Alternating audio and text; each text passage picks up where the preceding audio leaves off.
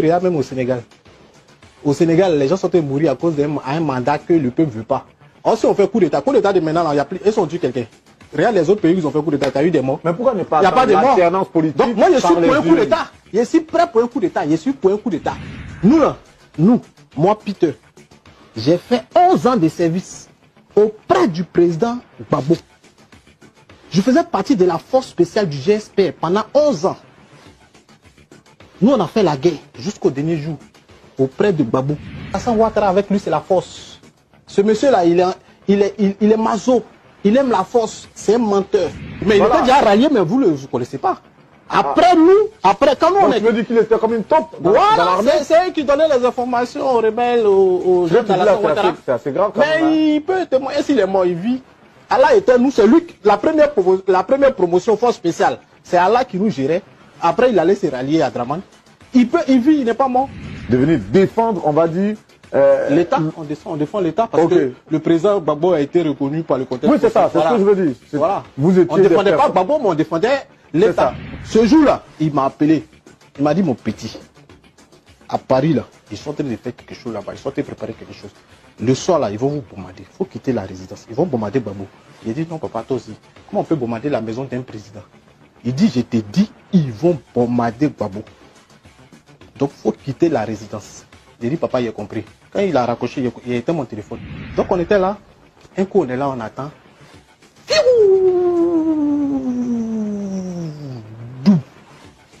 Dans la résidence du président. Et puis, il y avait des snipers qui étaient là, à la maison de l'ambassadeur, là. C'est collé à la maison du président. Donc, il y avait un snap, il y avait des l'ambassadeur de France. Okay. Il y avait un sniper qui était là. C'est lui-même qui a tué le colonel, là. Il a oublié son nom même. Babli ou quoi, là. Babli Alphonse. C'est un sniper français qui l'a tué. Parce qu'il sortait. Et ils ont tiré. Ils savent qu'ils l'ont tué. C'est un sniper français qui l'a tué. Nous, on était là. C'est pas balle perdue qu'il a tué. Vous étiez camouflé dans On était camouflés. Il y avait un sniper qui est là. Donc, c'est même pas lui seul qui l'a tué. Hein. Même quand il voyait un élément entrer, il tirait sur lui. Tu vois. Et lui, ils étaient là juste pour neutraliser ceux qui étaient en tenue. Quand ils sont rentrés, vous avez vu un peu les vidéos partout, quand ils ont attrapé le président Gbagbo. Mais ils ont commencé à faire les ratissages. Parce qu'ils savent qu'il y avait des éléments qui étaient là. Vu qu'eux, ils étaient à l'extérieur.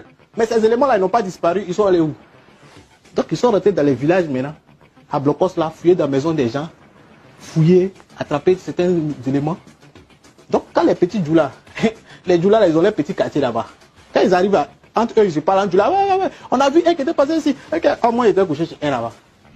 Tu sais, moi, j'étais militaire. J'ai fait la guerre. Mais j'ai jamais eu peur de ma vie. Le jour où j'ai quitté Abidjan,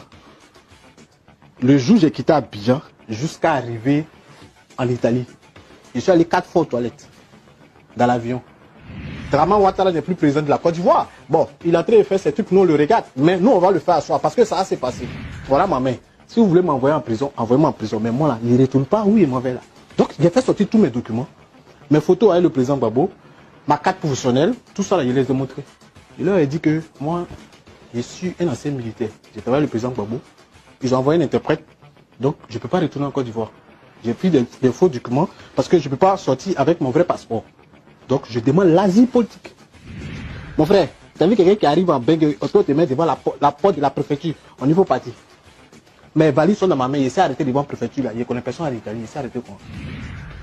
Un grec de 5 € là, moi je coupe en deux, je mange une partie et je garde une partie. Vous pouvez économiser de l'argent, vu que je ne paye pas de maison. Donc, le jour où ils m'ont donné mes papiers, le même jour là, je suis allé acheter un véhicule de 300 €.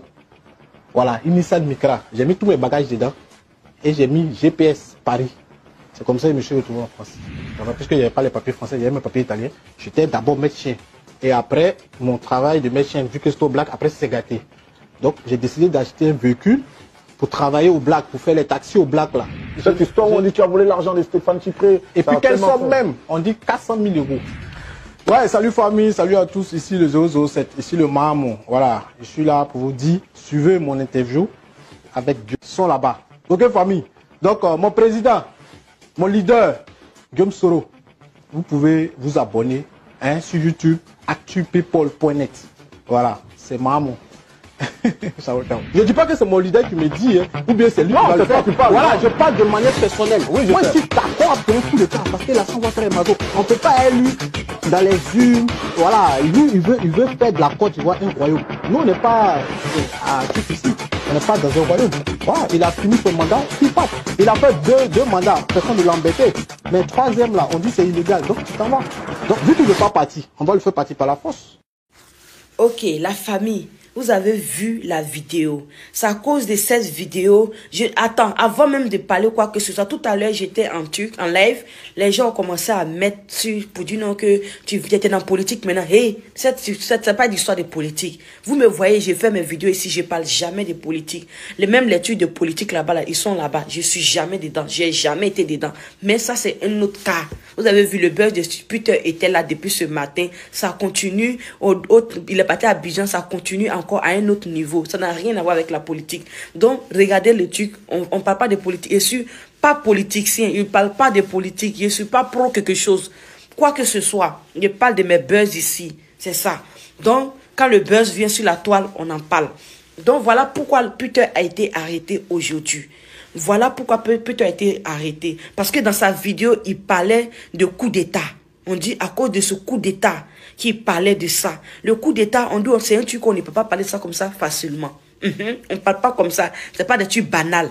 Et puis, parler de ça avec assurance. Parler de ça avec détermination. Parler de ça avec la force. On dit ça ne se fait pas du tout. Je ne suis pas politique, donc on dit ça ne se fait pas du tout. Donc vous devrez savoir non, que voilà pourquoi le monsieur a été arrêté. Maintenant, putain, toi-même tu sais que, oui, on a cassé de la vérité. Les amis, partagez la vidéo, likez s'il vous plaît.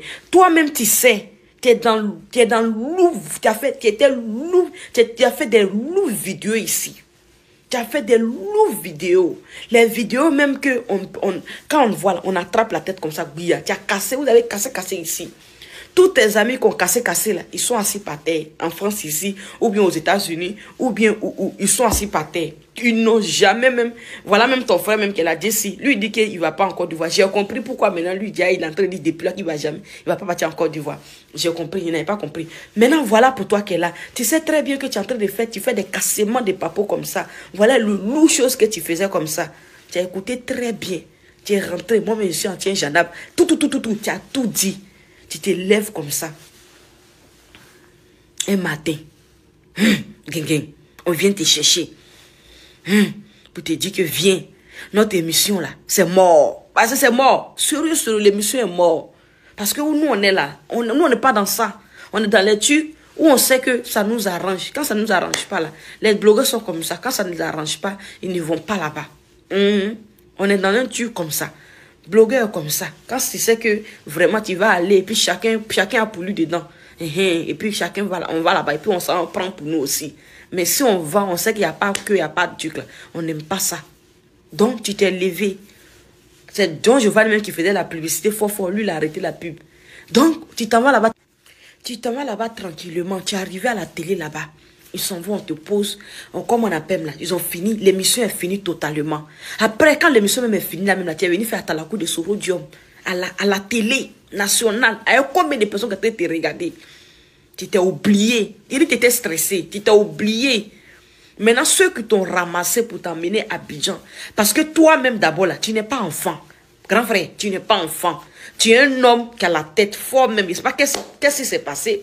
Ou bien quand le diable même t'appelle là. Oui, parce que souvent là, quand le diable t'appelle pour dire viens à moi, c'est ça qu'il a là. Sinon toi-même là, on ne sait pas qu'est-ce que tu as pris. C'est pas problème d'argent tu as. Tu n'as pas problème d'argent. Tu t'es levé comme ça, chouin, tu es parti. Tu es parti glisio dans Abidjan là-bas. Regarde où tu es arrivé là-bas maintenant, regarde ce qui se passe. La chaîne télé même qui t'a envoyé là-bas là. Voilà ça, l'émission continue. Le papo, nous on est en train de crier ici, papo. On est en train de demander, on est en train de tout faire. On va secouer la toile pour que ils n'ont qu'à avoir pitié. La personne qui t'a envoyé là-bas, là, pour qu'il n'a qu'à voir comment il va régler. Dans le rang bas qu'il allait te mettre là, comment il va régler ça pour t'enlever dedans. Mais, alors là, est-ce que tu vois ce qui se passe? Hein? Tu allais te mettre dans le problème là-bas. On ne sait pas. C'est quel nom tu n'as pas. Tu as déjà le nom. C'est pourquoi ils t'ont soulevé. J'espère que tu as eu beaucoup d'argent. Tu t'espères que Parce que ce que tu es allé faire sur chaîne télé là-bas, là, j'espère que tu as eu beaucoup d'argent. Parce que, voilà ça maintenant. Tu as l'aide maintenant. Ils vont partir, tu vas partir goûter Makawa, ou bien tu vas partir goûter un peu là-bas.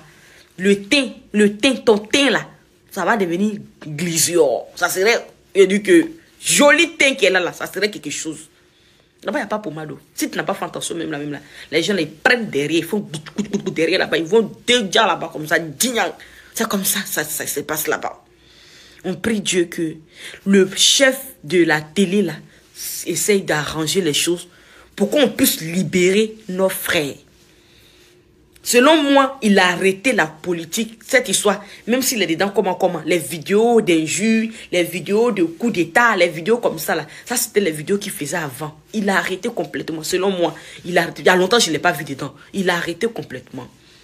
Donc, s'il vous plaît, on demande pardon aux autorités ivoiriennes. On demande pardon aux Ivoiriens. On demande pardon. On se met à genoux. Pardonnez, libérez-le. S'il vous plaît. Ça vraiment, libérez-le. Et essayez encore, la télé qu'il a envoyée là-bas, faites l'effort. Parce que c'est à cause de vous. Tout ce qui est en train d'arriver à ce monsieur, c'est à cause de vous. C'est de votre faute. Donc, libérez-le. Faites l'effort pour qu'il soit libre. C'était MK Secret. Bisous, famille. Partagez